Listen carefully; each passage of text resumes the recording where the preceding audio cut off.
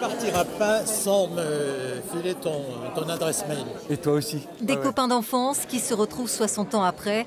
Un moment d'émotion pour Jacques Desproges, le frère de Pierre. C'est ici, dans la maison de leur grand-mère, que les deux frères passaient toutes leurs vacances. Revenir à cet étage qui était notre vélodrome préféré pour tous les petits-enfants de la grand-mère, donc Pierre et moi, qui étions ici pendant les vacances. Donc c'est sûr que ça fait quelque chose.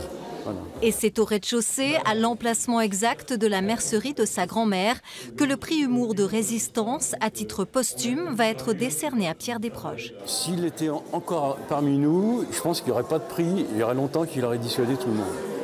Mais cela étant, je pense que ça va très très bien, enfin, à l'humour en général et à celui de Pierre quelque part. Il a ô combien résisté à toute la bêtise humaine et elle s'est largement exprimée aussi à son époque et elle continue de le faire et c'est pour ça qu'on essaie de perpétuer cet esprit.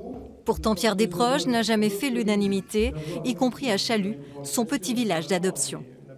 Je garde un souvenir assez glaçant de lui parce que j'étais enfant quand lui était déjà adolescent et quand il nous adressait la parole, on ne comprenait pas son humour à l'époque et franchement, on le trouvait à la limite condescendant. Et au moment de baptiser le collège de Chalut, il y avait des réticences, surtout du côté des parents d'élèves. Ils disaient c'est pas un modèle pour les enfants, il dit trop de gros mots.